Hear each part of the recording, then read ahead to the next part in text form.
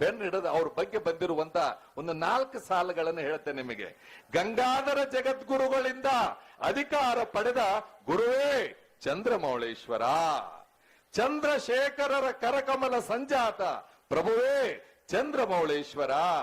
ಸಿದ್ದೇಶ್ವರ ಜಗದ್ಗುರುಗಳವರ ವರ ಪಡೆದ ವರಗುರುವೇ ಚಂದ್ರಮೌಳೇಶ್ವರ,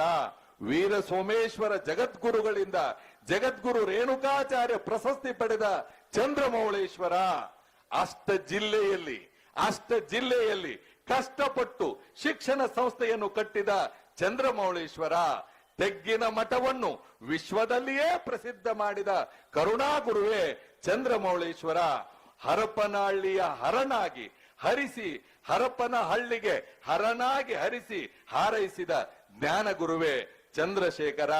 ವರ ಸದ್ಯೋಜಾತರಿಗೆ ವರವಾಗಿ ಗುರುವಾಗಿ ಕರುಣಿಸಿದ ಕರುಣಾಡ ಪ್ರಭುವೇ ಚಂದ್ರಮೌಳೇಶ್ವರ, ಹುಕ್ಕೇರೀಶನ ಮನಗೆದ್ದ ಮಹಾಂತ